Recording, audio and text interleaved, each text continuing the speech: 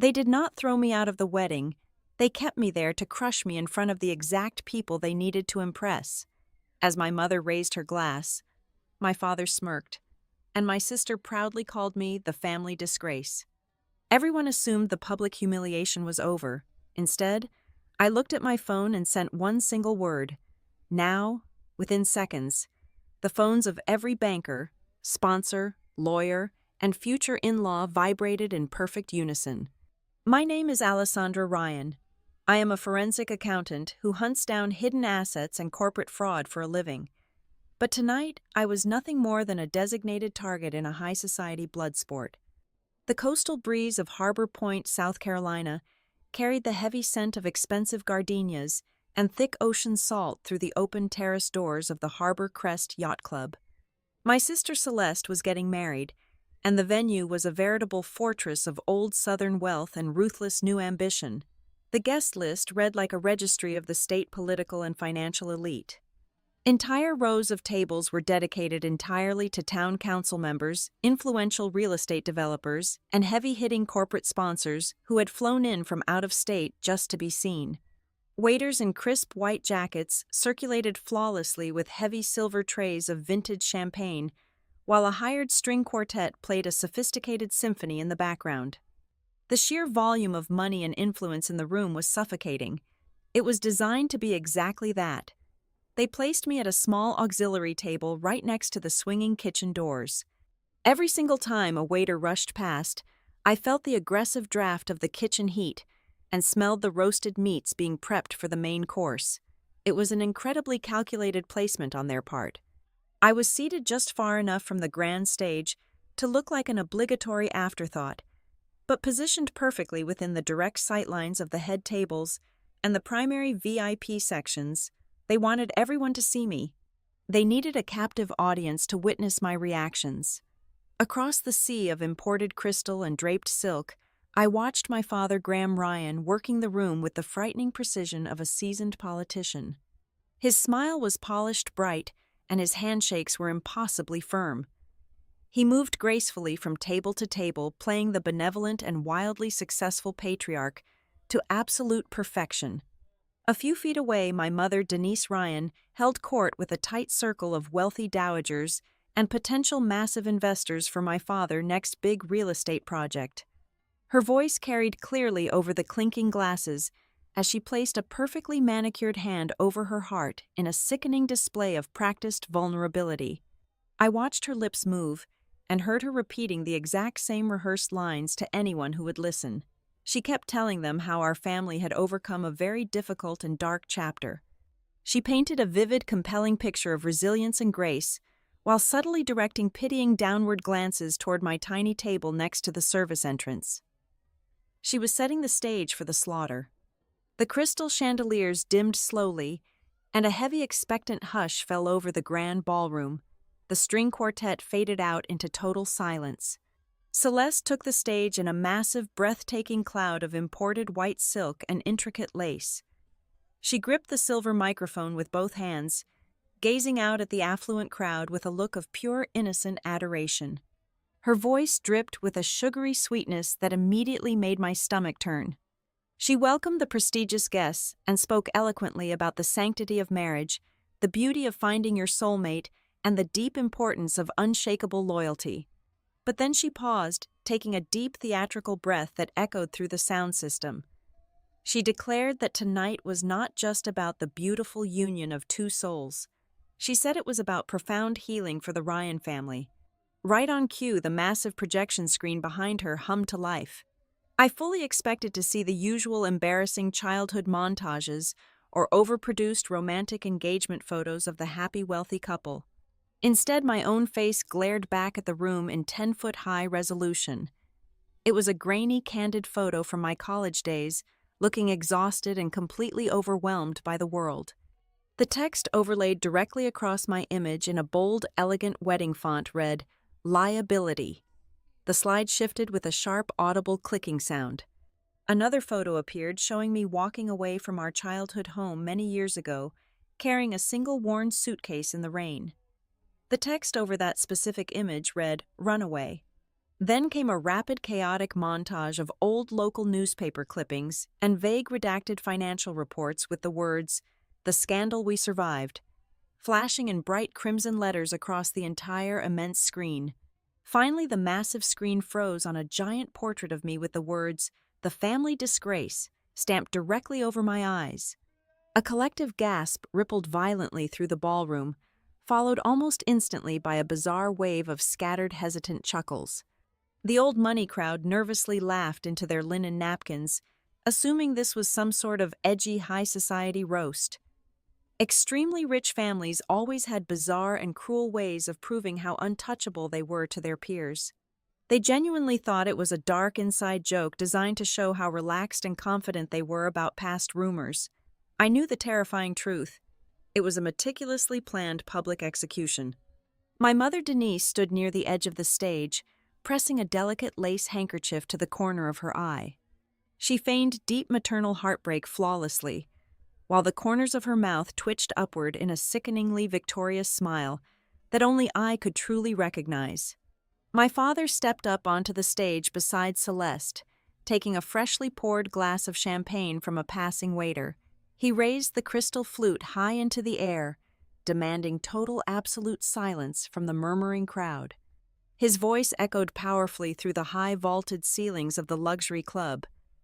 Every family has one person who brings shame to everyone. He looked directly at me as he said those venomous words. The chill that ran down my spine was not from the coastal wind blowing outside or the aggressive indoor air conditioning. It was the absolute terrifying clarity of their boundless cruelty. I sat perfectly still in my chair as the pieces of the puzzle slammed together in my analytical mind. This was never about a simple sisterly grudge. This was not about a spoiled bride being petty and vindictive on her special wedding day. This was a highly orchestrated, staged public trial designed to officially define my character in front of the groom-wealthy family, the influential bank executives, and the absolute elite of the town. By burning me at the stake right here in front of the exact people whose money they desperately needed, they purified themselves. They were actively securing their new massive financial investments by proving beyond a shadow of a doubt that they had successfully purged the bad seed from their noble bloodline. They were using my public humiliation as direct collateral to close a corporate deal worth millions. Celeste leaned heavily back into the microphone, her diamond earrings catching the harsh, bright stage lights. Her eyes locked onto mine from across the massive, opulent room. They were cold, calculating, and deeply, profoundly triumphant. She smiled her perfect white smile and delivered the final crushing blow. And at least today she can learn to be grateful she was even invited. The entire room fell dead silent. The silence was thick, heavy, and suffocating. Hundreds of pairs of eyes turned away from the brightly lit stage and burned directly into me sitting alone at the back. They were waiting for me to break. They were waiting for me to drop my head in ultimate shame or stand up and run out of the wooden service doors in a dramatic flood of hysterical tears just like my family had planned all along. They desperately wanted me to confirm the crazy runaway narrative by losing my temper in front of the town elite and ruining the beautiful evening. I did not move a single muscle. I did not shed a single tear. I did not even blink my eyes. I simply lowered my calm gaze to the glowing screen of my phone, which was resting quietly on the pristine white tablecloth next to my completely untouched dinner plate. I opened the encrypted secure messaging application I had prepared several long hours ago in the quiet of my hotel room. I stared calmly at the single isolated word waiting patiently in the draft box. It was the only weapon I needed to tear down their entire carefully constructed empire of lies. I took a deep, silent breath and pressed my finger against the glass. I tapped send. Now. 14 years ago, I was a 21-year-old college student who preferred the quiet company of numbers over the loud, superficial parties of my peers. Because I had an absolute obsession with order and precision, my family allowed me to handle the part-time bookkeeping for the Ryan Futures Scholarship Fund. My late grandfather had established the foundation with a very specific and noble purpose. He wanted to provide full university tuition for brilliant but heavily disadvantaged high school students from the working-class coastal neighborhoods. I took the responsibility incredibly seriously. I spent my late evening sitting alone in the heavy oak-paneled study of our sprawling estate, surrounded by tall stacks of financial statements and bank summaries. I love the ledgers because numbers possess a purity that human beings fundamentally lack. They balance or they do not. They tell the absolute truth even when the people writing them are lying. The heavy scent of old paper and leather bindings in that study was my sanctuary. It happened during the routine end of quarter reconciliation process. I was cross-referencing the outgoing wire transfers against our approved list of student recipients when I noticed a glaring catastrophic anomaly. The bottom line did not balance. It was not a minor rounding error or a simple misplaced decimal point. Hundreds of thousands of dollars had quietly vanished from the primary scholarship reserve accounts. My heart hammered against my ribs as I meticulously traced the digital breadcrumbs backwards through the complicated banking portals. The money had been deliberately routed through a newly formed shell company with an obscure corporate name. From there, the funds had been systematically siphoned directly into the master operating account for the Harbor Crest Marina. The marina was the absolute crown jewel of my father. It was a massive premium luxury waterfront development project meant to solidify his legacy as a real estate titan in the South. It was also a poorly managed financial disaster that was secretly suffocating under severe budget deficits and spiraling construction costs. The sacred money meant to buy textbooks and secure dorm rooms for desperate coastal kids was being illegally drained to pay for imported Italian marble promenades and expensive environmental dredging permits. My father was stealing the future of poor children to build a playground for the rich. I printed out the undeniable proof and carried the thick stack of warm papers into the private home office of my father. I was naive enough to believe he would be horrified. I genuinely thought an external accountant or a corrupt bank manager had made a terrible illegal mistake. My father did not gasp or look shocked when I laid the highlighted ledgers out on his immaculate mahogany desk. He calmly poured himself a glass of expensive amber bourbon, took a slow, deliberate sip, and casually referred to the massive theft as a simple temporary internal loan. He reached into his leather briefcase and slid a fresh, pristine manila folder across the smooth wood toward me. It contained a completely falsified set of quarterly reports. The numbers had been expertly massaged and shifted to hide the missing hundreds of thousands of dollars. He handed me his heavy gold fountain pen and instructed me to backdate my signature on the bottom line. He wanted me to legally authorize the fraud. He wanted to bind me forever to his crime. I immediately looked across the large room to my mother for protection. Denise Ryan was the nominal acting president of the charity board. It was her legal and moral duty to safeguard those educational funds. She sat perfectly still in her velvet armchair, sipping her evening tea without a single ounce of surprise on her elegant face. She knew. She had always known about the missing money. She looked at me with a chilling, empty disappointment, because my moral hesitation deeply annoyed her. She set her delicate porcelain cup down on a silver tray and delivered a lesson in survival that I never forgot.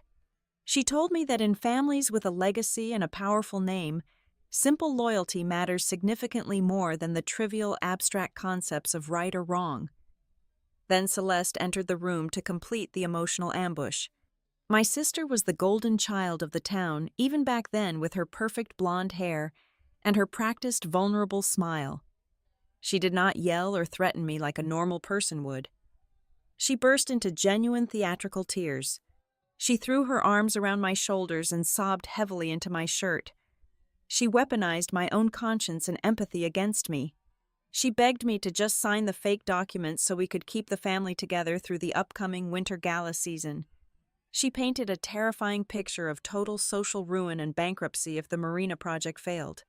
Celeste brilliantly twisted the narrative until my demand for basic ethics felt like an act of selfish cruelty against my own flesh and blood. She made me feel like the absolute villain for simply catching them in a calculated crime. I stepped back away from my sister, feeling completely numb. I dropped the gold pen onto the mahogany desk, listening to the sharp click it made against the wood. I looked my father, my mother, and my sister squarely in their eyes, and I flatly refused to sign my name. I demanded a full independent audit of the entire foundation to protect the students. That was the exact precise moment my parents realized they could not control or buy me. That was the moment they silently decided to turn me into a human sacrifice to protect their fragile, wealthy empire. The retaliation was breathtaking in its speed and its absolute ruthless efficiency. It took exactly 7 days for my powerful family to completely destroy the life of a 21-year-old girl. By Monday morning, my secure digital access to the foundation bank portals and accounting software was permanently revoked. By Wednesday, my university administration called to coldly inform me that my tuition payments had been abruptly canceled, leaving me instantly disenrolled from my classes. By Friday, the coordinated toxic whispers had officially saturated every single corner of the town. My parents systematically planted a brilliant, tragic, and completely bulletproof narrative. They went to their elite social circles and played the magnificent role of heartbroken victims. They whispered to anyone who would listen that poor Alessandra had buckled under the severe academic pressure of college. They spread devastating rumors that I had developed severe erratic emotional problems. Most damning of all, they heavily implied that I had recklessly mismanaged and lost foundation money, and that the loving family was quietly covering my terrible tracks to save me from federal prison. The town of Harbor Point swallowed the lie without a single question. They believed it because they had absolutely no other choice. The Ryan family controlled everything that mattered in the coastal region. They sat on the local church council, they funded the elite women's society, they held massive sway over the community bank, and they directed all the major charity steering committees. Challenging my father meant losing your local business, your social standing, and your crucial credit lines. It was infinitely easier for the entire town to believe that a young girl had simply gone crazy than to confront the terrifying reality that their ruling family was stealing from vulnerable children. I packed exactly one single worn suitcase with the few clothes I actually owned. I walked out the heavy oak doors of my childhood home into the damp coastal evening, and not a single person came out to stop me or say a final goodbye. I left Harbor Point carrying nothing but a ruined name and the crushing heavy weight of total permanent exile. The town had successfully rewritten my entire existence into a dark cautionary tale. But I was not entirely alone in the dark. There was exactly one person who saw straight through the polished venom of my parents. Great Aunt Maeve Ryan. She was the older sister of my late grandfather, and she possessed a brilliant analytical mind sharper than broken glass. She knew the dark, absolute truth about the greedy bloodline she shared with my father. Before I boarded a cheap overnight bus out of the state to start a completely new, miserable life, she met me in the deep shadows of the station parking lot. Maeve did not offer me soft pity or useless comforting platitudes about time healing all wounds. She offered me pure, solid ammunition. She reached into her heavy woolen coat and pressed a thick, securely sealed envelope into my trembling hands. It contained flawless, crisp photocopies of the original unaltered ledgers, the unedited board meeting minutes, and the exact wire transfer receipts showing the money flowing directly into the marina. She had quietly and ruthlessly raided the locked filing cabinets of my father the night before he finally thought to shred the physical evidence.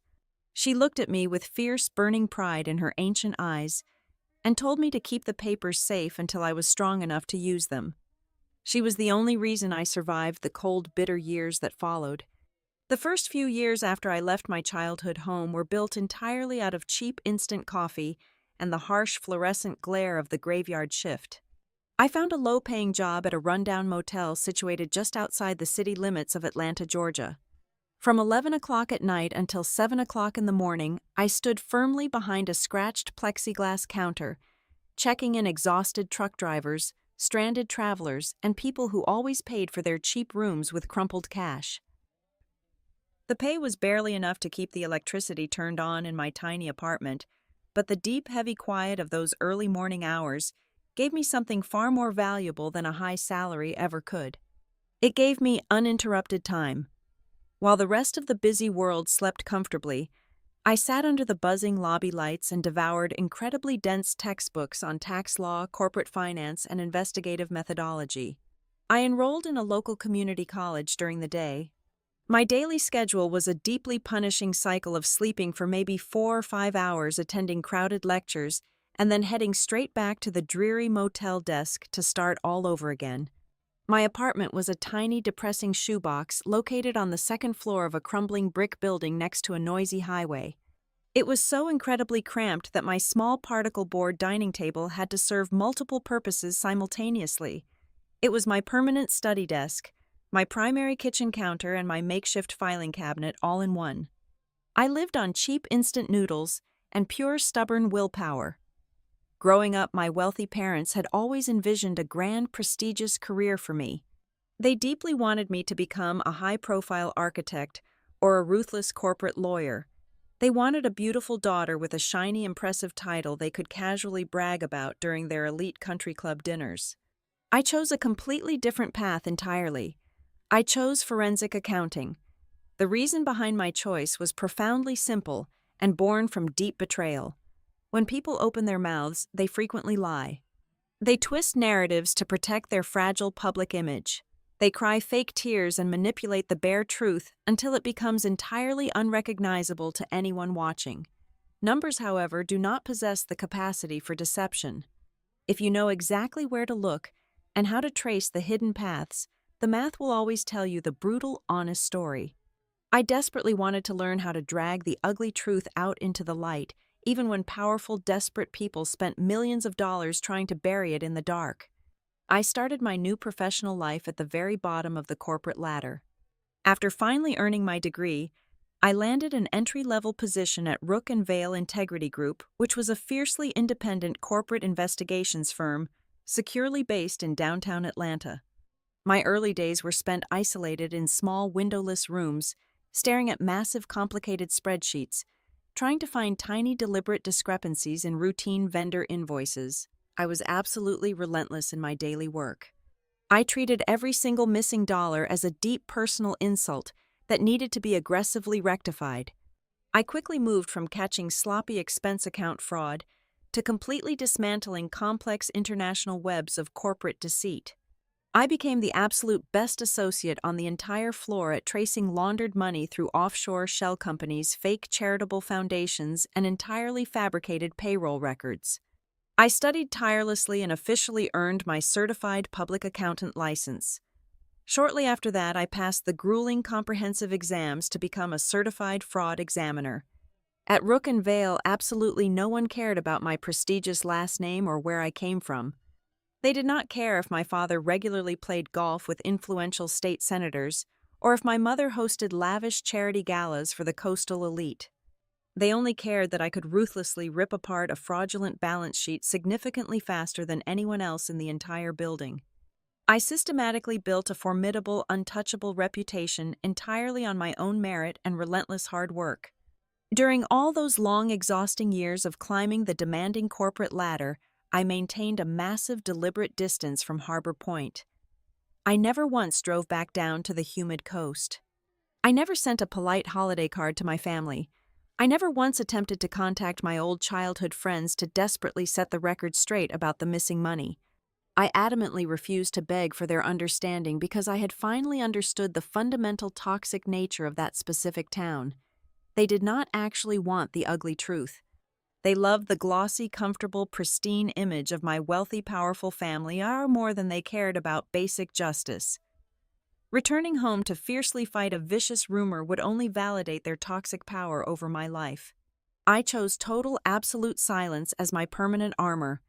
My intense, obsessive focus on my growing career did not leave much room for a warm, personal life, but there was one brief period where I genuinely tried to build something normal. I was engaged to a very successful, confident corporate attorney for exactly 8 months. On paper, he was absolutely perfect. He was handsome, highly driven, and independently wealthy. But our serious relationship did not fall apart because I was too cold or emotionally unavailable, like my cruel family always aggressively claimed. It ended violently after we attended a high-stakes corporate networking dinner. He watched me calmly and systematically dismantle a powerful, arrogant real estate developer who was loudly bragging about dodging state environmental taxes. My fiancé pulled me aside later that evening and angrily told me I needed to learn how to soften my sharp edges and play the social game properly. He realized in that exact crystal-clear moment that I was not the type of docile woman who would ever sit quietly and smile while powerful people abused their privileged positions. His deep fear of my uncompromising, unyielding nature was significantly stronger than his supposed love for me. I handed his expensive heavy diamond ring back to him the very next morning without a single moment of hesitation, and I never shed a single tear over the sudden loss. The only person in the world who truly understood the complex architecture of my mind was my closest friend, Tessa Reed. Tessa was a brilliant, eccentric digital forensics expert who worked just down the hall from me at the firm. She was an absolute master at extracting permanently deleted emails, cracking heavily encrypted hard drives, and pulling crucial digital metadata right out of thin air. We formed a devastatingly effective professional team. Tessa knew absolutely everything about my dark past, but she never once treated me like a fragile, broken victim. She deeply understood that I was not paralyzed by my tragic history. I simply adamantly refused to forget the painful, vital lessons it taught me about human greed and family betrayal. My entire solitary, structured world shifted violently roughly 2 months ago when the senior managing partners at Rook and Vale handed me the largest, most sensitive assignment of my entire career. I was officially appointed as the lead senior investigator for a massive reputational due diligence file. A very prominent conservative financial institution was actively preparing to underwrite a colossal coastal development merger, and they urgently needed my specialized team to ruthlessly tear apart the financial histories of the managing partners before they firmly committed the massive capital. As usual, I operated entirely behind the secure scenes. I conducted highly sensitive remote interviews with my camera firmly turned off, and I signed all my aggressive email requests and legal demands with a simple vague initial and my last name, .Ryan. I dove deeply into the massive secure data room, fully expecting to find the usual mundane corporate waste or minor routine tax evasion. I never in my wildest, most paranoid dreams anticipated that the twisted, complicated trail of hidden corporate records would lead me straight back to the suffocating, heavy humidity of Harbor Point. The massive, sprawling coastal project desperately seeking the vital funding was none other than the newly expanded Harbor Crest Marina. And the prestigious, wealthy financial institution blindly preparing to hand my corrupt father the millions he desperately needed to save his crumbling, failing empire was Hawthorne Civic Bank. The cruel, heavy irony of the impossible situation nearly took my breath away as I stared at my glowing computer screen. The influential bank was entirely owned by the incredibly wealthy and powerful Hawthorne family. The exact same prestigious family whose eldest son, Bennett Hawthorne, was currently happily engaged to marry my golden sister, Celeste. My parents were not just innocently marrying off their precious golden child to a good man. They were ruthlessly orchestrating an elaborate, massive corporate merger brilliantly disguised as a beautiful, innocent Southern wedding. And I was the invisible phantom auditor sitting quietly hundreds of miles away in Atlanta, holding the absolute power to burn their entire fraudulent, towering castle straight to the ground. The persistent vibration of my phone shattered the absolute silence of my office at 3 o'clock on a rainy Tuesday afternoon. The caller identification displayed a strange coastal area code. I rarely answered unknown numbers, but a deep, unexplainable dread settled heavily in my stomach. I pressed the phone to my ear and heard the incredibly strained voice of Miriam Holt. Miriam was the private registered nurse who managed the daily care for Great Aunt Maeve at an exclusive assisted living estate located just outside the historic district of Charleston. Her words were quiet, but they carried the devastating weight of a collapsing building. Maeve had suffered a transient ischemic attack, a mini-stroke. Miriam explained carefully that the immediate physical danger had passed, and the sharp, brilliant mind of my aunt remained fully intact for now. But the vascular neurologist had issued a severe, grim warning. The delicate, fragile vessels in her brain were heavily compromised. No medical professional on Earth could accurately predict exactly how much longer her pristine memory would remain crystal clear. The relentless, unstoppable clock had officially started ticking, and time was rapidly running out. Miriam hesitated for a long, agonizing second before lowering her voice to a quiet, urgent whisper. She told me that Maeve was stubbornly refusing to rest. She was demanding my immediate presence, but she was incredibly specific about the timing. She did not want me to drop everything and rush to her bedside immediately. She explicitly ordered me to return to the coast exactly on the upcoming weekend of the highly anticipated society wedding. Miriam relayed the exact chilling message my aunt had dictated from her hospital bed. They are preparing to kill you again, only this time they are going to do it with expensive vintage champagne and fresh white flowers. The heavy implications of those exact words paralyzed me in my office chair. I stared blindly at the massive corporate financial files glowing on my monitors. The pieces of the dark puzzle slid together with terrifying clarity. My parents were not simply throwing a lavish, beautiful wedding for their golden daughter.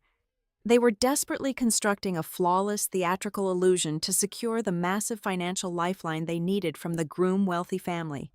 They needed a pristine, absolute guarantee that their toxic history would never jeopardize the new lucrative credit lines and development sponsorships.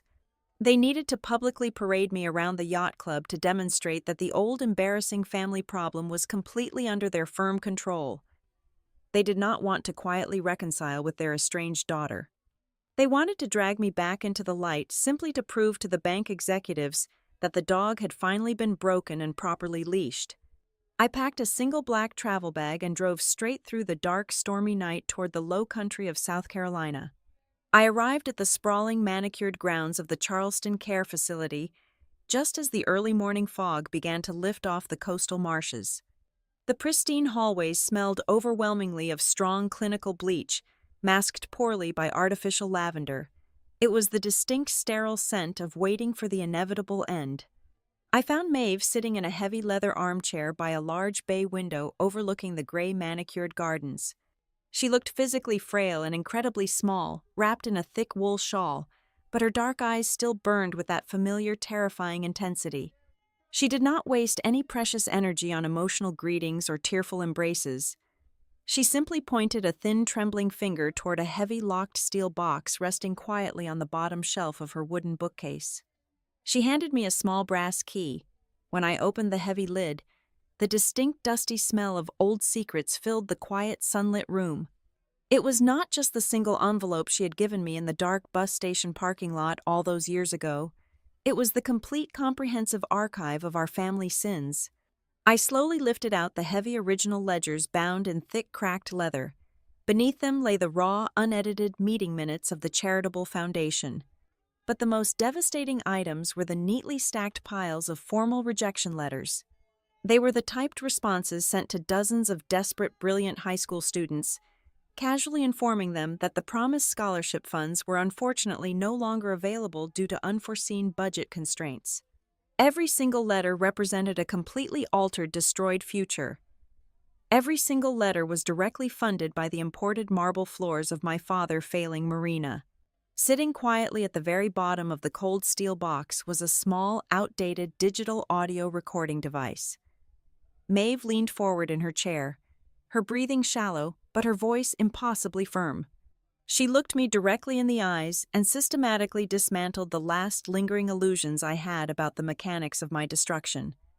She told me exactly how the poison had flowed through the veins of our household. It was not just my father violently demanding obedience. My mother was the true silent architect. Denise was the one who personally sat at her elegant antique writing desk and meticulously rewrote the foundation minutes line by line to legally sanitize the massive theft. She authored the brilliant lies while drinking her afternoon tea. My father simply used her crafted documents as a heavy, blunt weapon to force the panicked board members into total submission, and Celeste had known. My golden perfect sister had known about the stolen money long before I ever discovered the glaring discrepancies in the ledgers. Maeve explained with deep, bitter regret how Celeste had stood quietly in the hallway and listened to our parents plotting the financial cover-up. Instead of feeling disgust, she took careful mental notes. She learned exactly how to twist a narrative, how to weaponize false tears, and how to comfortably wear the skin of a victim while actively participating in the slaughter. She had perfectly mirrored their absolute lack of conscience. I held the small black voice recorder in the palm of my hand, feeling the cold plastic pressing against my skin. Maeve reached out and placed her fragile, wrinkled hand over mine. She told me the device contained a private, candid conversation between herself and my grandfather recorded just a few short weeks before his sudden death. It was his raw, unfiltered voice explicitly outlining the exact strict parameters of the scholarship fund and directly expressing his deep, profound fear that his son would one day try to raid the charitable accounts to fund his reckless real estate ambitions. It was the absolute, undeniable proof of intent. A heavy, crushing realization washed over me as I sat in the quiet, sterile room. The brilliant, sharp mind sitting across from me was actively dying. The fragile blood vessels in her brain were slowly giving way. If Maeve lost her pristine memory, or simply faded away in her sleep, the last remaining living witness to my innocence would be gone forever. I would hold the old papers, but the powerful Ryan machine would simply dismiss them as my own elaborate, bitter forgeries. They would use her mental decline to completely discredit her old claims. The window of opportunity to strike back was closing rapidly. The universe was forcing my hand. I carefully packed the heavy ledgers, the devastating rejection letters, and the digital recorder into my leather briefcase. I closed the metal latches with a sharp, definitive click. I looked at the fragile old woman who had saved my life, and I made a silent, unbreakable vow. I was going back to Harbor Point. I was going to walk directly into the blinding center of their elaborate, beautiful trap. I was not returning to beg for my rightful place at their elegant dining table, or to finally earn their hollow, toxic love. I was going back to drop a massive anvil on their house of cards. I would attend the lavish wedding, and I would wait patiently in the shadows until they tried to sacrifice my dignity one final time. And when the ugly truth finally detonated in the middle of their perfect coastal ballroom, I would make absolutely certain that the resulting fire burned so intensely bright that their lies could never survive the ash. I pulled my rental car up the long, sweeping gravel driveway of the Ryan family estate at exactly 7 o'clock on Thursday evening. The imposing brick mansion loomed in the fading twilight, looking less like a childhood home and more like a heavily fortified military compound. My father had summoned me for what he explicitly described as an intimate, private family dinner. In our household, however, nothing was ever truly private, and absolutely nothing was ever a simple dinner. It was always a calculated psychological battlefield where every single word was weaponized. I stepped through the massive double wooden doors and was immediately hit by the suffocating familiar scent of fresh white lilies and heavy lemon floor wax. The formal dining room was set for only 4 people, but the long, polished mahogany table was aggressively dressed with the absolute finest antique silver and crisp, imported white linens. Every single minute detail, from the blinding, harsh reflection of the heavy crystal chandeliers to the rigidly silent serving staff, standing strictly at attention, was deliberately designed to make me feel incredibly small. It was a masterful, flawless display of deep psychological intimidation executed through sheer, overwhelming opulence. My mother sat rigidly at the far end of the long table, holding a delicate crystal glass of expensive red wine. As I walked slowly into the room, her cold, calculating blue eyes swept systematically over my tailored charcoal business suit. She looked at me with the exact same expression a wealthy, dissatisfied customer uses when inspecting a defective piece of cheap merchandise they fully intend to return to the store. She took a slow, deliberate sip of her wine and let out a soft, heavily exaggerated, disappointed sigh. She told me my outfit was far too severe and deeply uninviting. She instructed me to go out and find something significantly more toned down and softer for the actual wedding day. She explicitly stated that she absolutely did not want my aggressive, depressing aesthetic making the important wealthy guests feel uncomfortable during the joyous celebration. I was fully expected to blend seamlessly into the floral background, like a proper, obedient, silent ghost. My sister did not bother with the subtle, passive-aggressive critiques of our mother. Celeste sat perfectly upright in her tall velvet chair, constantly twisting her massive, flawless diamond engagement ring around her slender finger. She looked me dead in the eyes and ruthlessly stripped away all the polite Southern pretense that usually coded our family interactions. She bluntly stated that the groom and his powerful family cared deeply about their flawless public reputation above absolutely everything else. They were strictly conservative, fiercely traditional, and entirely allergic to any hint of public scandal. Celeste firmly demanded that I simply show up on time, smile brightly for the society cameras, and absolutely refrain from telling my ridiculous, distorted version of the past to anyone who might politely ask how I was doing. She treated my completely ruined life and my destroyed youth as a minor irritating social inconvenience that urgently needed to be swept under her expensive imported Persian rugs before the wealthy in-laws arrived. Then my father made his definitive aggressive move. Graham did not ask how my long drive down the coast was or offer me a glass of water. He reached into the inside pocket of his tailored expensive suit jacket and pulled out a thick, heavy stack of crisp, white legal papers. He tossed the binding documents onto the table, and they slid smoothly across the polished, dark mahogany, stopping exactly 2 inches from my completely untouched porcelain dinner plate. It was a comprehensive, airtight, non-disclosure agreement drafted by very expensive, ruthless corporate lawyers. He leaned forward heavily, resting his elbows on the table, and outlined the brutal, strict terms with the cold, mechanical efficiency of a hostile corporate raider. The thick legal contract permanently and legally forbade me from ever speaking the name of the Family Scholarship Fund. It legally gagged me from ever contacting any of the old charity sponsors or former board members. It explicitly banned me under threat of massive financial ruin from making any public or private allegations regarding the dark financial practices of Ryan Development. He pulled a heavy silver fountain pen from his shirt pocket and laid it gently on top of the stark white contract. In exchange for willingly signing away my fundamental right to the absolute truth, he offered me what he called a decent path back into the warm embrace of the family.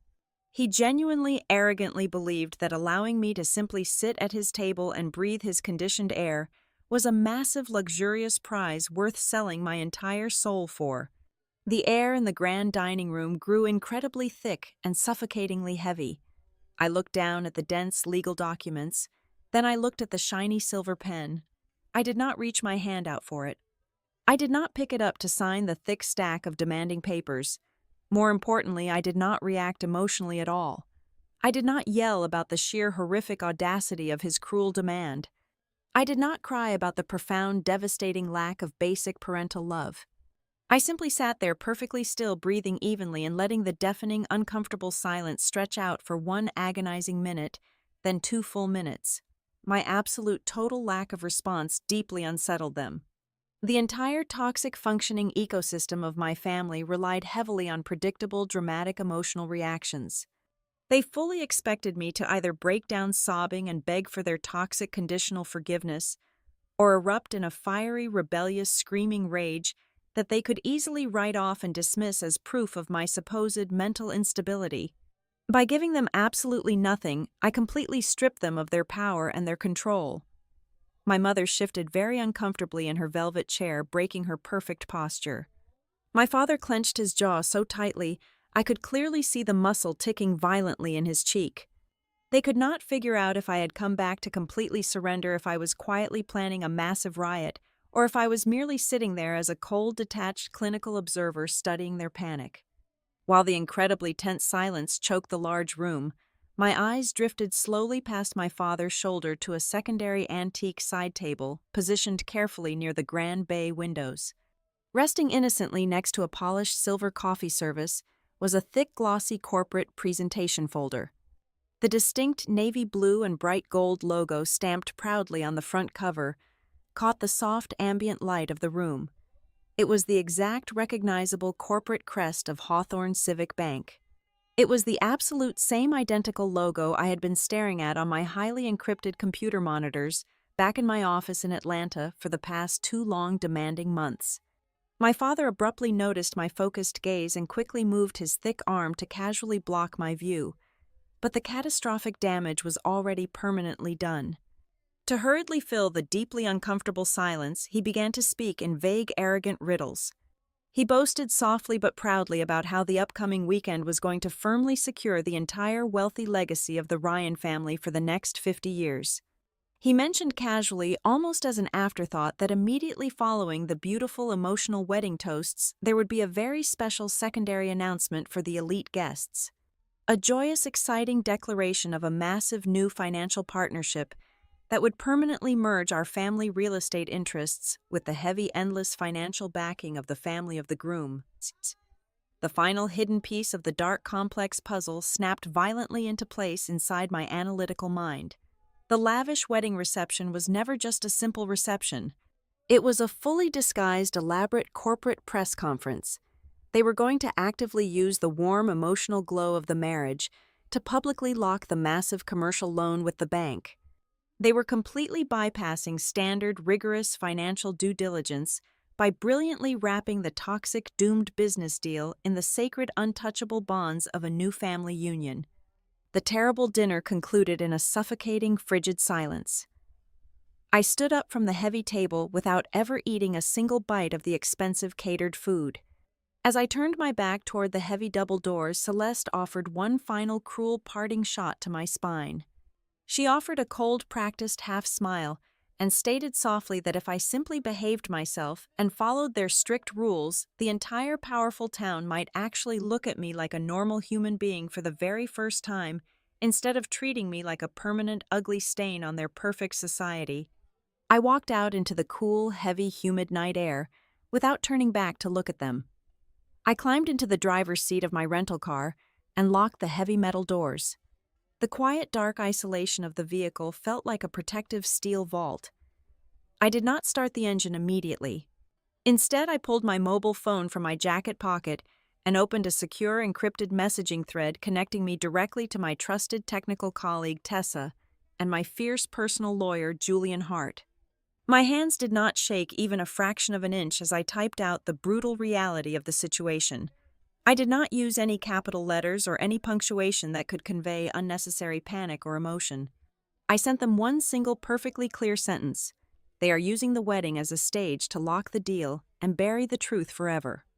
I placed the black phone down softly on the empty passenger seat and finally turned the key in the ignition. The bright headlights cut sharply through the dark, sprawling grounds of the massive estate. I drove back toward my generic, lonely hotel room with a terrifying sense of absolute cold clarity. The elaborate trap was fully set, and the sharp metal jaws were completely open. But my arrogant family had made one fatal, catastrophic miscalculation. They firmly believed they were the powerful ones springing the trap on a weak victim. They had absolutely no idea that I was the one holding the heavy steel chain. Back in Atlanta, Tessa was operating on zero sleep and an endless supply of black coffee. She systematically scrubbed every single piece of digital and physical evidence I had smuggled out of the secure Charleston care facility. My brilliantly paranoid colleague did not merely scan the old documents into a basic file.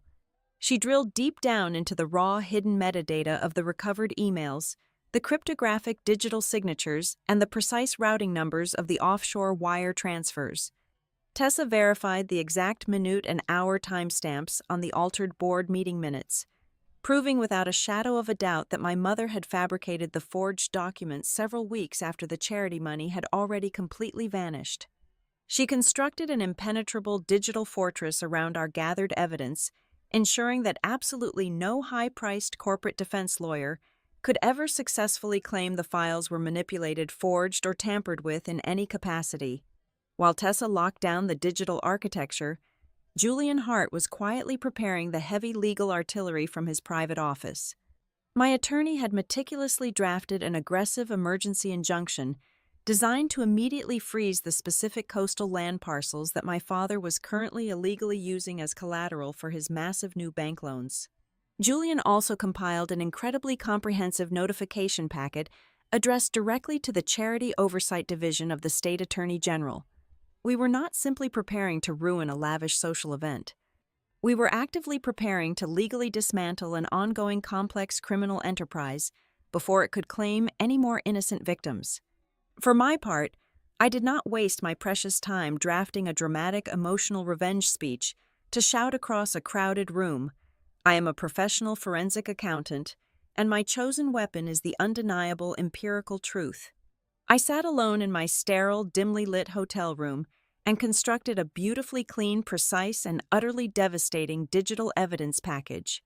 I created a stark chronological timeline mapping the exact specific dates of the original foundation fraud alongside the corresponding illegal bank deposits. I strategically attached the pristine original ledgers directly next to the falsified versions my parents had submitted to the authorities. I outlined the current fragile, terrifying financial status of the marina project and provided absolute concrete proof that Ryan Development was actively continuing to lie to their new wealthy investors to this very day. To permanently solidify the dark narrative of their premeditated malice, I included one final incredibly damning exhibit in the executive summary. Tessa had managed to legally extract a recent thread of text messages from the primary corporate server because my arrogant family foolishly utilized their company-issued mobile phones for their private, cruel gossip. It was a group chat between my mother, my father, and my sister. In those glaring, bright text bubbles, Celeste openly mocked the elaborate plan to publicly label me the family disgrace during her upcoming wedding reception. She explicitly typed out that dragging me through the mud in front of the entire town would make her new wealthy in-laws feel significantly more secure about the old nasty financial rumors. She added a laughing reaction to her own cruel statement. That specific isolated screenshot was the final crucial piece of the psychological puzzle. Staring blankly at those callous text messages on my glowing screen, I finally understood the true terrifying depth of their absolute cruelty. The most painful realization of the entire night was not the simple fact that my family deeply hated me. The reality was actually far worse and much colder than that. They did not actually care enough about my existence to harbor genuine hatred. To my parents and my sister, I was not a daughter and I was not a human being. I was simply a highly effective marketing strategy. They were intentionally using my profound public humiliation as the final crucial stepping stone to definitively close their massive real estate deal. My personal pain and my destroyed reputation were literally just an acceptable calculated operating cost for their new luxury marina. I engineered the delivery system for the evidence to be a completely closed, airtight loop. I drafted a single highly encrypted email containing the entire devastating dossier. I carefully loaded the recipient list with the exact specific people who held the absolute power to destroy the empire my father had built. I included Elise Hawthorne, who was the brilliant lead counsel and the formidable matriarch of the banking family. I added the chief compliance officer of the Civic Bank, the primary external auditor, and two of the largest remaining financial sponsors of the original student charity. Finally, I added Julian and his entire aggressive legal team. I set the heavy email to hold securely on a remote independent server. It required exactly one deliberate manual action to deploy. All I had to do was open my secure messaging application and send a single text message containing the word "now." The exact moment that single text hit the remote server, the digital firewall would instantly drop, and the explosive files would simultaneously materialize in the private locked inboxes of every single power player in the coastal state. I had also cleanly digitized the old cassette tape recording of my late grandfather.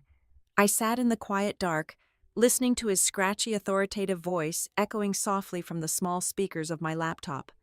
It was the ultimate lethal blow, but I made a calculated, strategic decision to hold it back from the initial automated email burst.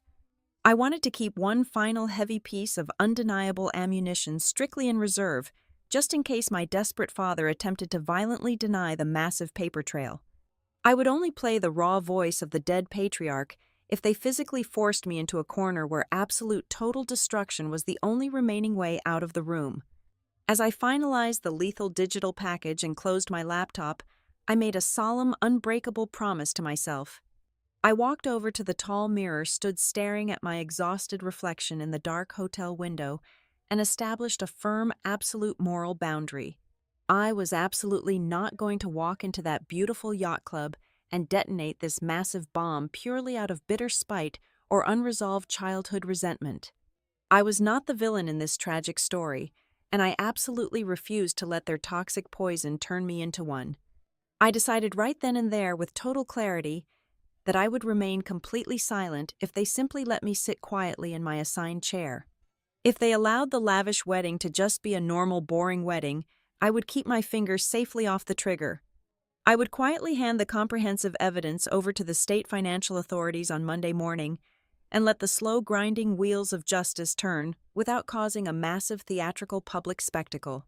I only planned to execute the automated strike if they actively chose to drag me onto their brightly lit stage. I would only unleash the crushing avalanche of truth if they deliberately attempted to turn me into their public sacrificial lamb one more time. The heavy, suffocating tension hanging over my head as I carefully ironed my dark dress for the ceremony was not about whether I had the internal courage to fight back. I had the weapon fully loaded, perfectly calibrated, and aimed directly at their chest. The real agonizing question keeping me awake was whether my family possessed even a single microscopic shred of basic human decency left in their cold, calculating hearts. I genuinely, desperately hoped they would just leave me alone. I prayed they would be smart enough not to force my hand. But deep down in the dark, analytical corners of my mind, I already knew exactly what they were going to do. The actual wedding ceremony took place precisely at 4 o'clock in the afternoon, inside a pristine white chapel that sat precariously on the very edge of a vast saltwater marsh. The humid coastal air was incredibly thick, heavy with the overwhelming scent of dense pluff mud and violently blooming jasmine. It was a beautifully picturesque setting, but the foundation felt soft and completely unstable beneath my expensive shoes. Following the brief, hollow exchange of sacred vows, we all transitioned in a long procession of luxury vehicles to the grand evening reception. The venue was the most exclusive historic coastal club in the entire county. The soaring, heavy oak-paneled walls of the main dining hall were practically held up by rows upon rows of framed black and white photographs. These were the grim, unsmiling faces of the wealthy patriarchs and influential families who had ruled this specific stretch of the southern coast for well over a century, using a brutal combination of inherited money and ruthless political connections.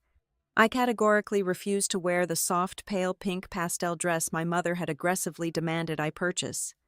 I walked through the heavy mahogany front doors of the country club, wearing a sharply tailored, structured black dress that cut off cleanly just below my knees. It was a severe, intimidating piece of clothing designed specifically for a solemn funeral or a high-stakes corporate boardroom negotiation, not a joyous summer wedding celebration. The visual contrast I created was entirely deliberate. I absolutely refused to play the assigned role of the docile, reformed prodigal daughter, blending quietly into the expensive background floral arrangements. The reaction from the gathered crowd was immediate, palpable, and highly entertaining to observe. Several of the older wealthy matriarchs dripping in heavy inherited pearls actually stopped mid-sentence and stared openly at me. They looked at me as if an ancient, deeply buried scandal had suddenly sprouted legs and walked right through the polished front doors. Younger guests who had only ever heard the dark whispered rumors through the local grapevine leaned in closely to whisper to their respective partners. They were morbidly curious, finally matching a physical living face to the infamous legendary ghost story of the disgraced Ryan family. Bennett Hawthorne, the wealthy heir and current groom, was perhaps the absolute only genuinely innocent person in the entire massive building. I observed him closely from a distance during the crowded cocktail hour before he eventually made his way over to introduce himself. He was incredibly polite, classically handsome, and possessed a warm, easy, genuine smile. When he looked across the room at Celeste, his blue eyes softened with what appeared to be profound, authentic love. It was almost tragic to witness his complete vulnerability. During our brief, polite conversation about the humid weather and his flight down from the city, he clearly demonstrated that he believed he was simply marrying a beautiful, charming coastal girl from a respectable southern family. He possessed absolutely no idea that he was stepping completely blindly into a dark den of incredibly venomous vipers who viewed his prestigious last name and his massive bank accounts merely as a desperately needed corporate bailout. My mother Denise was putting on an absolute masterclass in deceptive public relations. She strategically positioned herself wherever the hired wedding photographers happened to be pointing their expensive heavy lenses. She played the demanding role of the endlessly forgiving, deeply faithful, and long-suffering matriarch to sheer perfection. She would offer me tight, sad little smiles across the room whenever a bright camera flash went off, ensuring her manufactured maternal grace was permanently documented. My father Graham employed a completely different but equally insidious psychological tactic. Throughout the long, lingering cocktail hour and the early, heavy courses of the catered dinner, he constantly paraded influential local politicians and wealthy real estate developers past my specific table. He would casually gesture toward me with his heavy crystal Scotch glass, making absolutely sure they saw me sitting quietly and obediently in my assigned chair. He was silently communicating a very clear, crucial message to his powerful peers. He was physically proving that the wild, unpredictable, dangerous element of his family had been successfully tracked down, captured, and permanently tamed. Despite being seated far away, I kept a sharp, highly analytical eye on the grand main stage at the front of the luxurious ballroom. Positioned slightly to the left of the silver microphone stand was a large, bulky object completely concealed beneath a heavy drape of shimmering ivory silk. It was significantly larger than a standard wedding portrait or a decorative floral arrangement. Given the massive financial stakes of the evening, I immediately deduced its true underlying purpose. It was undoubtedly a glossy high-production presentation board or a highly detailed scaled architectural model of the newly merged marina project. They were quite literally keeping their corporate salvation under wraps, actively waiting for the perfect emotional peak of the evening to unveil it to the wealthy, unsuspecting Hawthorne family. My assigned seat for the lavish dinner was a deliberate insult carefully disguised as a formal place setting. I was relegated to a small circular table shoved aggressively near the secondary kitchen service doors, alongside the Tier 2 financial sponsors of my father. My dining companions were a miserable collection of human beings. They included a sharp-eyed elderly aunt who thrived entirely on local malicious gossip, and two minor regional business owners who spent the entire evening looking around the opulent room with hungry, desperate expressions. They were the exact kind of bitter small-town people who attended high society events purely to see which wealthy family was currently bleeding or rapidly falling from grace. I ate my dry catered roasted chicken in total absolute silence, while they whispered viciously about the impending bankruptcies and secret affairs of people sitting just 3 tables away. They tried repeatedly to bait me into the toxic conversation, but I merely offered them a blank, unreadable stare until they nervously looked away. As the long, exhausting evening dragged on, and the uniformed waitstaff began clearing the expensive china dinner plates, the overall atmosphere in the massive room began to shift drastically. It was a subtle, creeping change, but my extensively trained investigative senses picked up on the severe, unnatural tension immediately. The entire Ryan family dynamic felt completely artificial and deeply wrong. Celeste was laughing far too loudly at polite jokes that were not remotely funny. Her eyes were wide and glittering with a strange, terrifying, manic energy. Graham had become overly patient, completely ignoring the usual minor logistical hiccups that would normally send him into a quiet, terrifying rage. Denise was suddenly acting incredibly gentle, lightly touching the arms of the guests and speaking in soft, hushed, breathless tones. The 3 of them were completely out of character. They were vibrating intensely with suppressed, toxic anticipation. They looked exactly like a highly trained squad of snipers, holding their collective breath, actively waiting for the absolute perfect moment to pull the trigger on an unsuspecting target. The low murmur of the wealthy crowd began to die down as the lights dimmed slightly. Then the hired master of ceremonies, a man with a booming artificial voice, stepped up to the front stage and tapped the microphone. The sharp electronic feedback echoed loudly through the cavernous, decorated hall. He smiled brightly, showing far too many teeth, and announced that it was finally time for the special family toasts. He looked down and read from a prepared embossed card, stating that the upcoming speeches would celebrate the core vital themes of family profound forgiveness and lasting legacy. I felt the cold, aggressive air conditioning of the room settle heavily onto my bare shoulders. I did not need to guess what was coming next. The elaborate psychological trap my family had spent months meticulously building had finally reached the very edge of the dark pit. I rested my hand softly against the cool fabric of my small black clutch purse, feeling the hard rectangular outline of my mobile phone, waiting patiently inside. The beautiful, terrifying fake facade of the wedding was over. The real ugly execution was about to begin. the heavy projector suspended from the high vaulted ceiling suddenly hummed to life with a low mechanical groan. The wealthy guests seated across the massive ballroom shifted comfortably in their velvet chairs, fully expecting a heartwarming slideshow of beautiful childhood memories or professionally edited romantic engagement videos. Instead, the gigantic screen behind the elevated stage ignited with a blindingly harsh white glare. A collective sharp intake of breath violently sucked all the oxygen out of the cavernous room. Blown up to monstrous proportions dominating the entire venue was a scanned front page of the Harbor Point Gazette from 14 years ago. The incredibly bold black ink of the headline screamed across the screen detailing the catastrophic financial collapse of the Family Scholarship Fund. Plastered directly in the absolute center of the damning article was a grainy, highly unflattering photograph of my face. The visual framing was not a subtle implication or a gentle nod to a troubled past. They were legally and permanently stamping my identity as the sole criminal architect of the massive charitable theft right in front of the most powerful people in the state. Celeste gripped the silver microphone stand with both of her perfectly manicured hands. Her voice echoed loudly through the state-of-the-art sound system, dripping with a terrifyingly artificial sweetness that made my skin crawl. She smiled brilliantly at her new wealthy husband, and then turned her gaze out over the sea of horrified guests.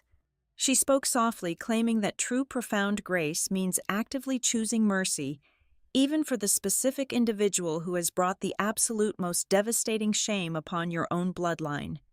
My father Graham immediately stepped forward into the bright spotlight, leaving no empty space for the crowd to process the sudden shock. He let out a low, booming chuckle that practically vibrated through the polished wooden floorboards.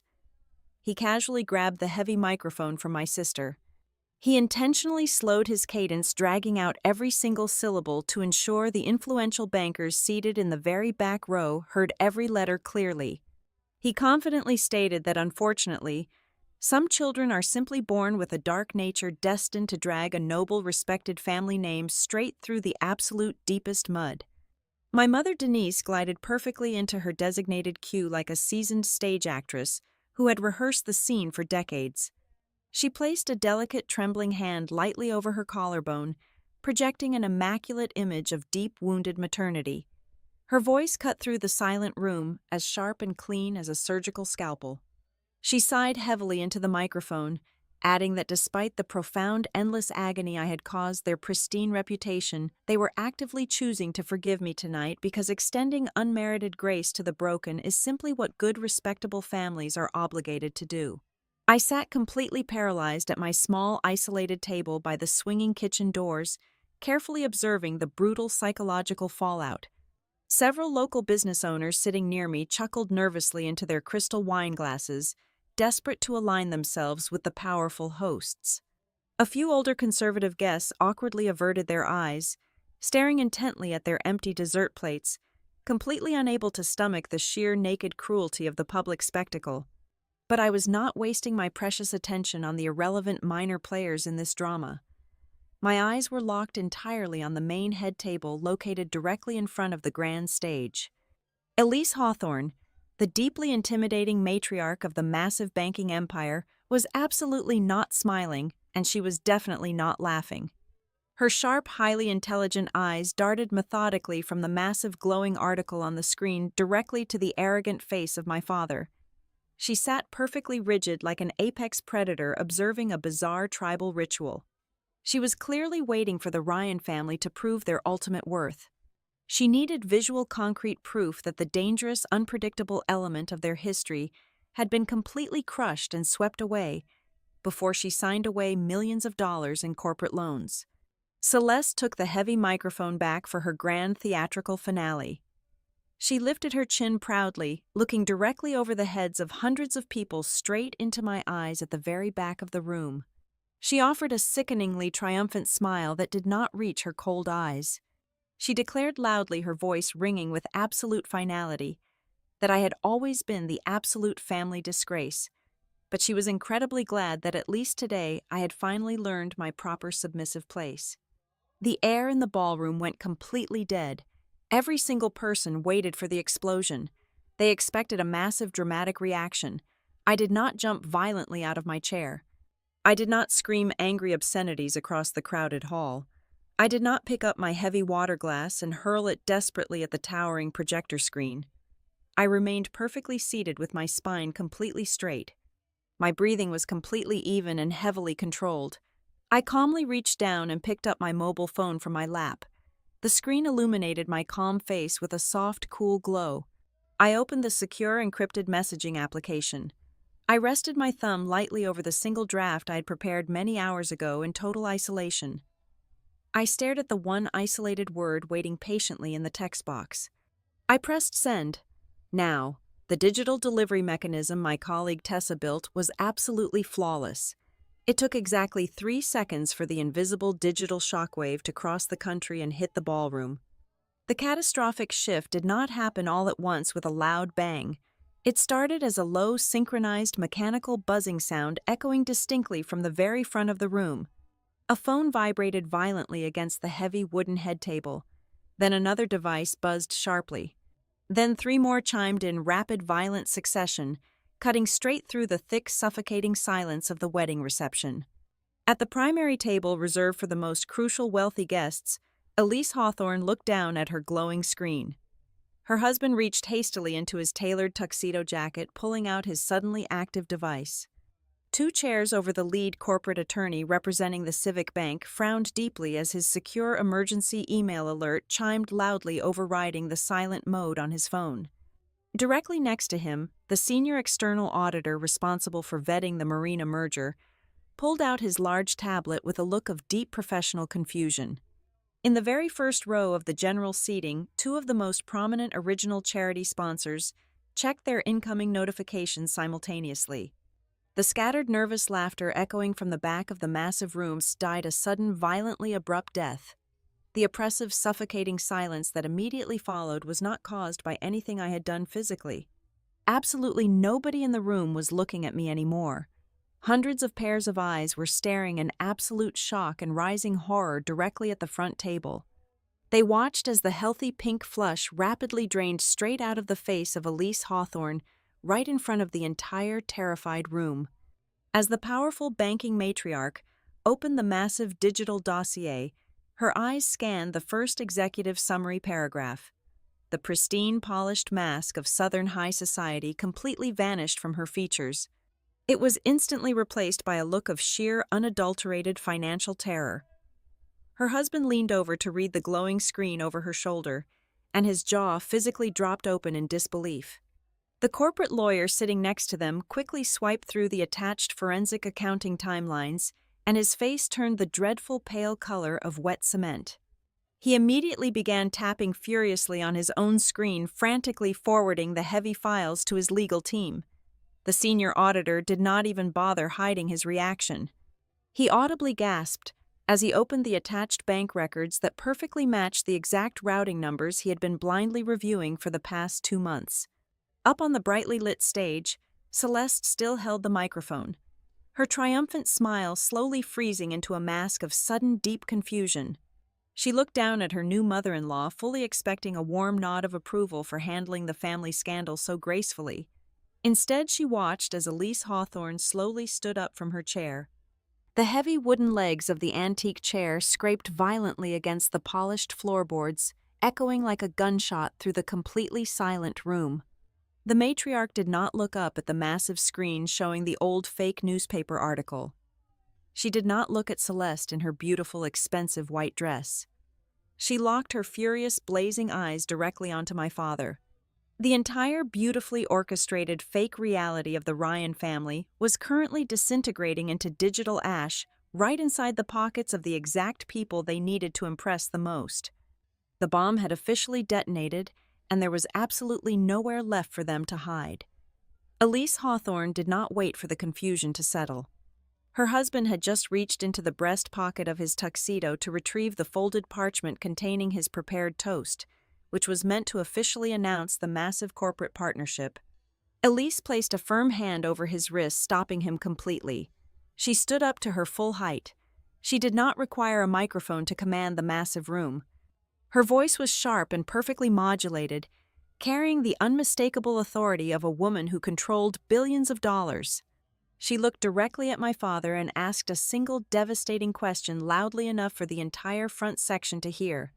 Are you currently using the restricted assets of the Family Scholarship Fund as secured collateral for your new marina project? The sheer blunt force of the question hit the crowded ballroom like a physical shockwave. The vast majority of the wealthy guests had absolutely no idea what she was talking about. They looked wildly between the towering projector screens still displaying my old newspaper clipping and the furious banking matriarch standing at the head table. But the key players, the ones who had just received my encrypted digital package, were already tearing through the evidence. Sitting just 3 chairs down from Elise, a prominent regional philanthropist and major Tier 1 sponsor of the original charity, stared in absolute horror at the glowing screen of his mobile device. He had opened the second exhibit in the attached legal dossier. It was a formal letter of financial commitment regarding the new waterfront development. He zoomed in closely on the bottom of the digital page. I watched his face turn a deep shade of crimson as he recognized his own signature. He realized instantly that he had never signed that specific document. He looked up and announced loudly to the people sitting near him that his signature had been digitally lifted from a charity tax form he signed over a decade ago and clumsily pasted directly onto the new corporate loan guarantees. He pointed out the distinct pixelation and the mismatched background color behind his forged name. On the opposite side of the long head table, the senior external auditor was frantically swiping through a comprehensive spreadsheet I had constructed.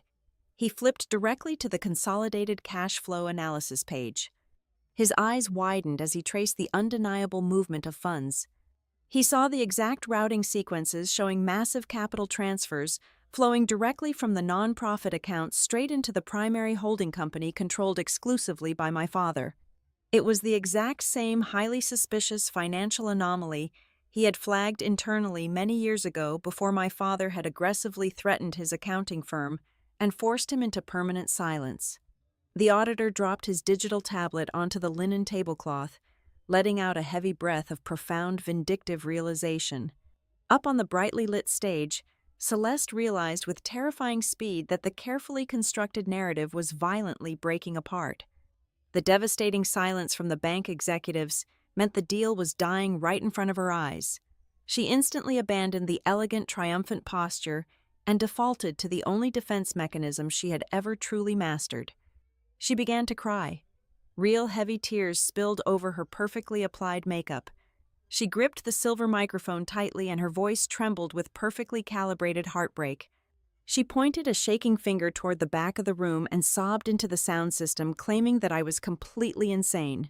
She desperately told the bewildered crowd that I had spent years brewing in toxic jealousy over her perfect life, and that I had maliciously fabricated this entire elaborate digital attack simply to ruin her beautiful wedding day, because I could not stand to see our family happy. It was a brilliant theatrical performance that might have actually worked under normal circumstances. The wealthy elite in the room were naturally inclined to protect their own, and desperately wanted to believe the tears of a beautiful bride over the cold spreadsheets of an exiled outcast. But the people holding the power were already scrolling down to the 4th exhibit in the dossier. They opened the high-resolution screenshots of the private family group chat. They read the exact harsh words Celeste had typed just 48 hours prior. They saw her cruel messages and her explicit tactical advice to her mother about using the family disgrace label to manipulate the wealthy in-laws.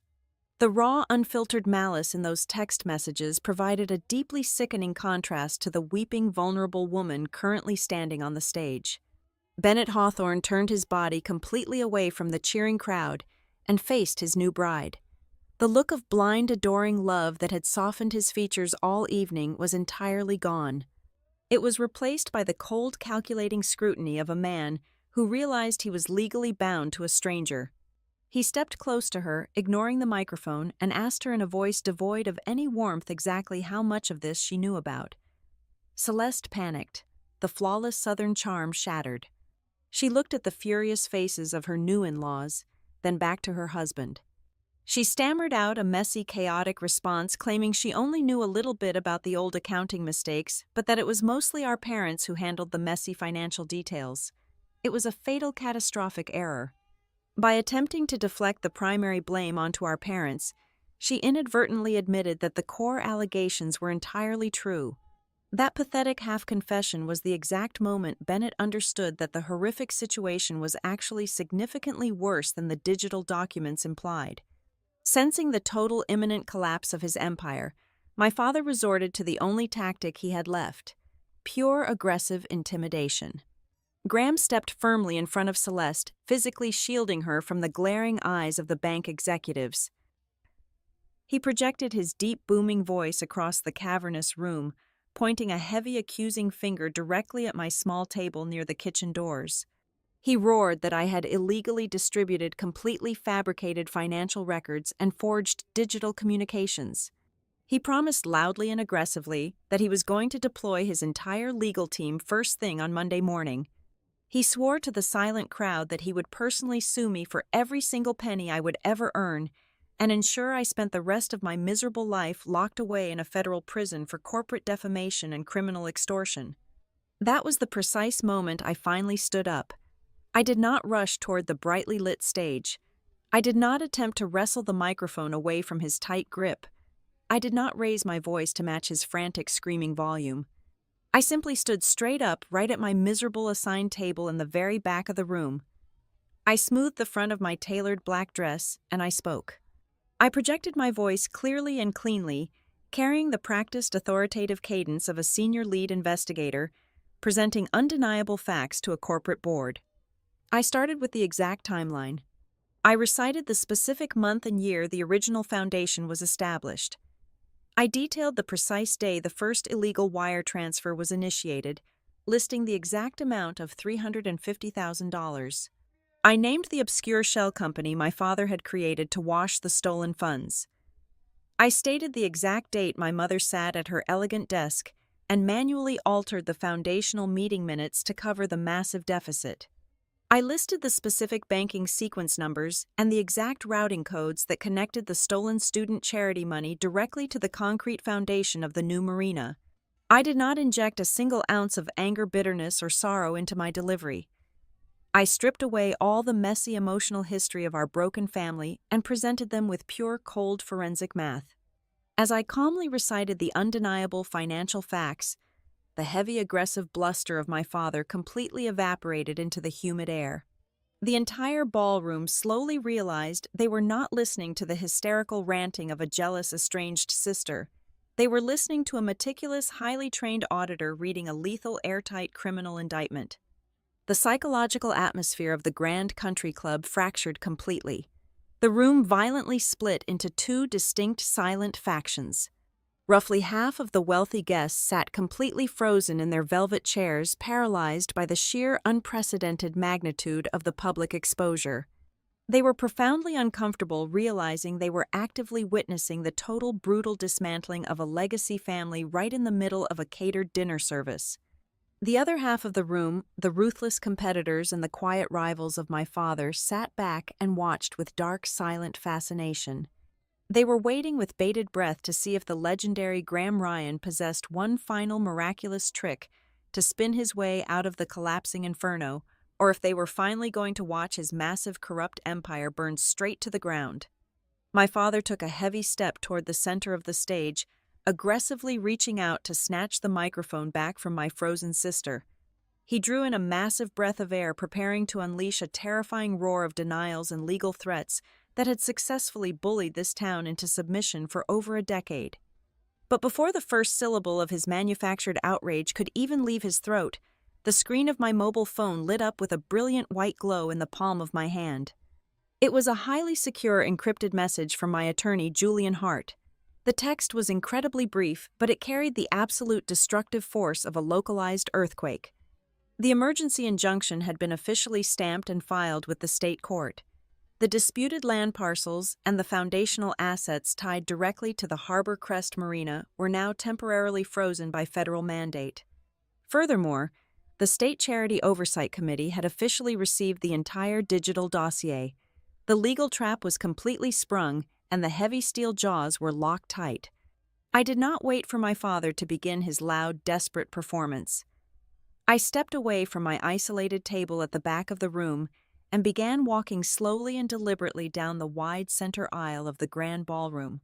The heavy, suffocating silence of the crowd parted around me like a receding tide. I did not look up at the brightly lit stage where my parents stood completely paralyzed by their rapidly collapsing reality.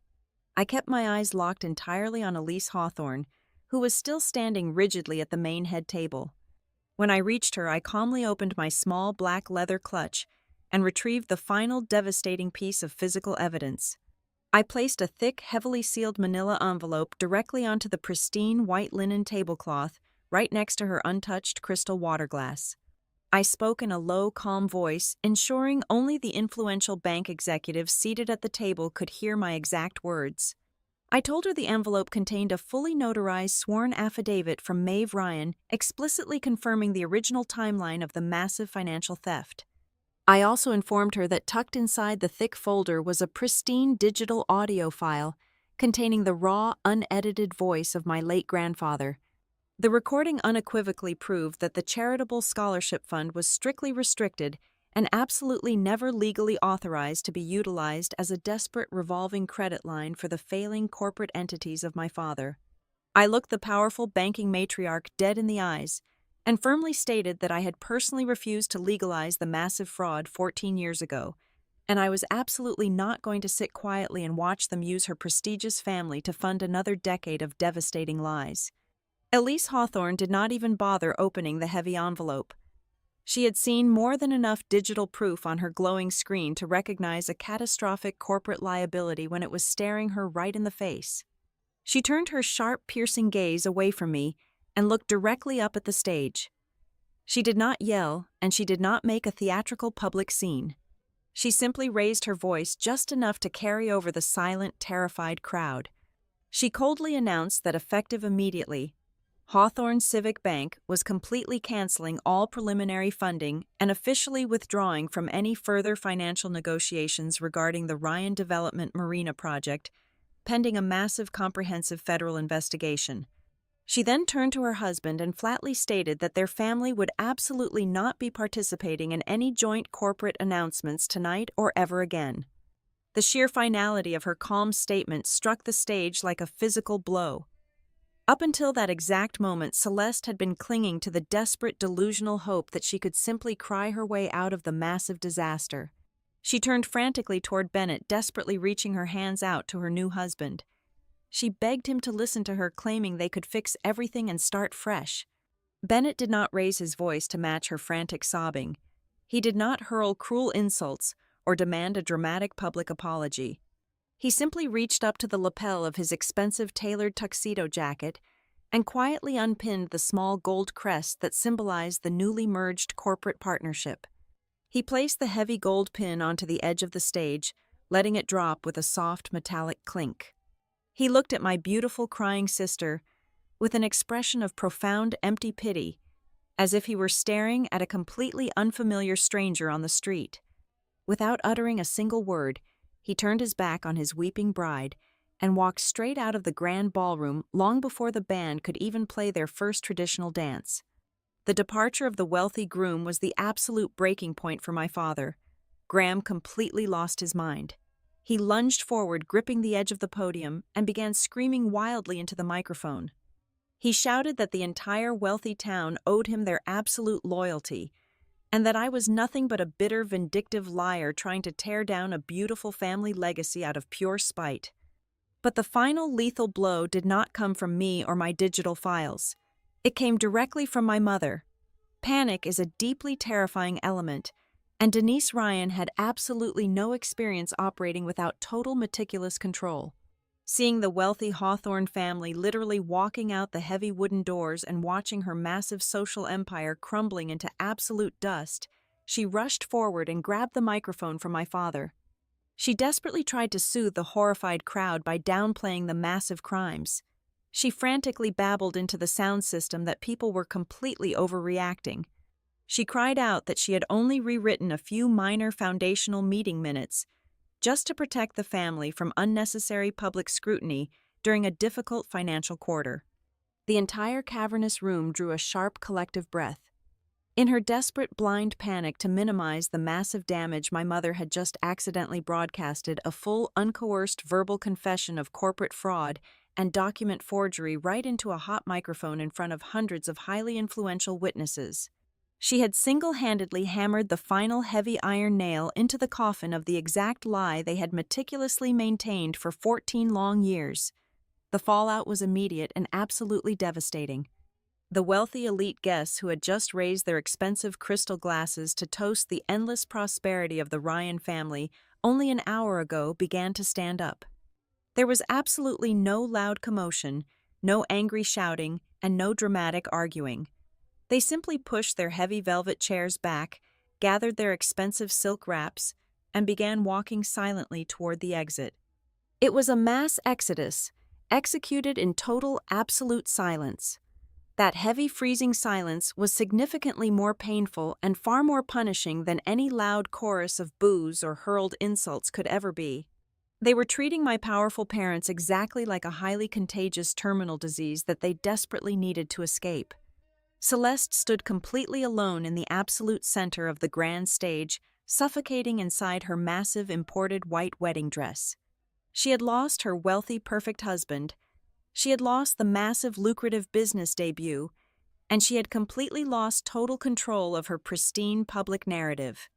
As she watched the entire town turn their backs and walk away from her, she finally profoundly understood the exact terrifying feeling of being looked at as a massive, disgusting problem rather than the beautiful center of attention. She was finally experiencing the exact same crushing public isolation I had endured 14 years ago. I did not smile. I did not pump my fists in a grand display of righteous victory or scream, "I told you so," into the emptying room. I simply stood at the base of the stage, looking up at the completely broken remnants of my toxic family. I did not need a microphone to deliver my final absolute truth. I spoke in a clear, calm voice, projecting just loud enough for my father, my mother, and my sister to hear perfectly. I was never the disgrace of this family. I was just the one you could not buy. I turned my back on the brightly lit stage and walked confidently out of the heavy mahogany doors of the yacht club, stepping out into the cool, clean coastal night air. I did not return to the small, miserable table by the kitchen doors to collect my things, because that version of me no longer existed.